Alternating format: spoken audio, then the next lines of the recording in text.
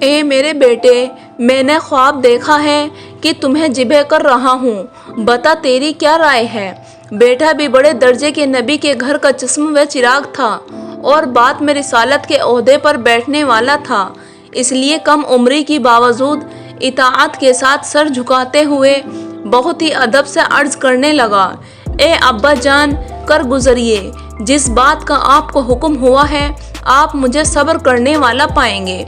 سبحان اللہ، جب آپ کے دل میں محبت الہی کا جذب و جوش مار رہا ہوتا ہے تو پھر گھر کے دوسرے لوگوں کے اندر بھی اس کے نمونے نظر آتے ہیں۔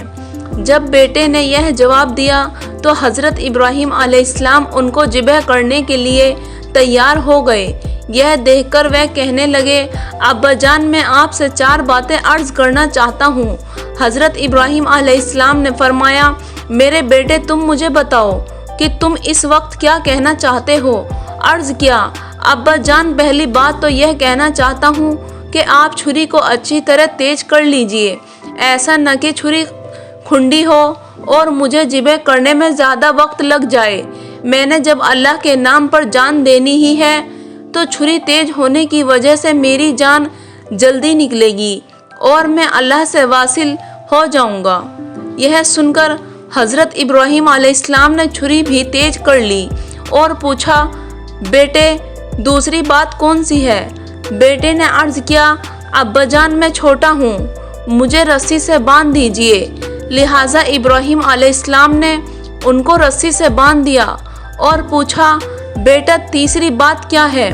بیٹے نے عرض کیا، ابا جان، جب آپ مجھے ذبح کریں گے تو میرا چہرہ اوپر آسمان کی طرف نہ کرنا، کیونکہ میں چاہتا ہوں کہ مجھے سجدے ہی حالت میں موت آئے۔ ویسے بھی جب آپ کی طرف پیٹھ ہوگی تو آپ کے دل میں باپ والی محبت بھی جوش نہیں مارے گی۔ حضرت ابراہیم علیہ السلام نے فرمایا، بیٹا میں یہ بھی کر دوں گا، آپ اب اور کیا بات کرنا چاہتے ہیں؟ عرض کیا، ابا جان، جب آپ مجھے ذبح کر چکے تو آپ میرے کپڑے میری والدہ کو دکھا دینا اور کہنا کہ آپ کا بیٹا اللہ کے نام پر کامیاب ہو گیا۔ حضرت اسماعیل علیہ السلام کی چوتھی بات پر حضرت ابراہیم علیہ السلام رو پڑے اور اللہ رب العزت سے فریاد کی، اے اللہ، آپ نے بڑھاپے میں اولاد دی اور اب اس معصوم بچے کی قربانی مانگتے ہیں۔ اے اللہ، اپنے خلیل پر رحم فرما اور اس بچے پر بھی جو قربانی کے لیے تیار ہے۔ پھر حضرت ابراہیم علیہ السلام نے حضرت اسماعیل علیہ السلام کو اوندھے منہ لٹا کر ان کے گلے پر چھری رکھ دی۔ وہ ان کو ذبح کرنا چاہتے تھے مگر چھری ان کو ذبح نہیں کرتی تھی۔ اللہ رب العزت نے جبرائیل علیہ السلام کو حکم دیا، جبرائیل، جاؤ اور چھری کو تھام لو، اگر رگوں میں سے کوئی رگ کٹ گئی ہو تو فرشتوں کے دفتر سے تمہارا نام نکال دوں گا۔ لہٰذا حضرت جبرائیل علیہ السلام آ کر چھری کو تھام لیتے ہیں۔ حضرت ابراہیم علیہ السلام چھری کو چلانے کی کوشش کرتے ہیں لیکن چھری نہیں چلتی، پھر اپنا پورا بوجھ اس کے اوپر ڈال دیتے ہیں مگر چھری نے بچے کو پھر سے بھی ذبح نہ کیا۔ چنانچہ حضرت ابراہیم علیہ السلام غصے میں آ کر چھری سے کہتے ہیں، اے چھری، تو کیوں نہیں چلتی؟ چھری نے جواب میں پوچھا، اے ابراہیم خلیل اللہ، جب آپ کو آگ میں ڈالا گیا تھا تو آپ کو آگ نے کیوں نہیں جلایا تھا؟ حضرت ابراہیم علیہ السلام نے فرمایا، آگ کو اللہ کا حکم تھا کہ ابراہیم کو نہیں جلانا۔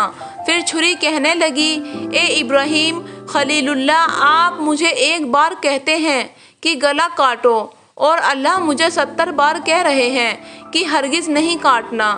اب بتائیں کہ میں گلا کیسے کاٹ سکتی ہوں؟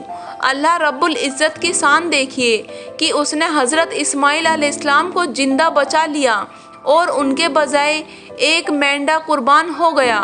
اللہ تعالیٰ کو حضرت ابراہیم علیہ السلام کی یہ ادا اتنی پسند آئی کہ اللہ تعالیٰ نے ان کے بیٹے کو محفوظ بھی فرما لیا اور فرمایا، اس کی جگہ ہم نے ایک بڑی قربانی دے دی ہے۔ مفسرین نے لکھا ہے کہ اللہ تعالیٰ نے عظیم کا لفظ اس لیے ارشاد فرمایا کہ حضرت اسماعیل علیہ السلام کی پیشانی میں 2 نبوتوں کا نور تھا اور ایک اپنی نبوت کا اور ایک سیدنا رسول اللہ صلی اللہ علیہ وسلم کی نبوت کا۔ اللہ تعالیٰ فرماتے ہیں بے شک یہ بہت بڑی آزمائش تھی۔ پھر فرمایا اے ابراہیم تجھ پر سلامتی ہو، یعنی اے ابراہیم تجھے شاباشی ہو، ابراہیم تو جیتا رہے کہ تو نے ایسی قربانی کر کے دکھائی۔ اللہ رب العزت نے اپنے خلیل کی اتنی حوصلہ افزائی فرمائی کہ اور ہم نے آنے والوں میں سے اس عمل کو جاری کر دیا، یعنی اے ابراہیم ہمیں تیرا یہ عمل بہت پسند آیا، تیرے اس عمل کو قیامت تک سنت بنا کر جاری رکھ دیں گے۔ دیکھیے جو اس کے حقیقی میں کامیاب ہوتے ہیں، اللہ رب العزت کی طرف سے ان کو یوں عزتیں ملتی ہیں، اور بھی ایمان والوں کی زندگیوں میں محبت الہی کے آثار نظر آتے ہیں۔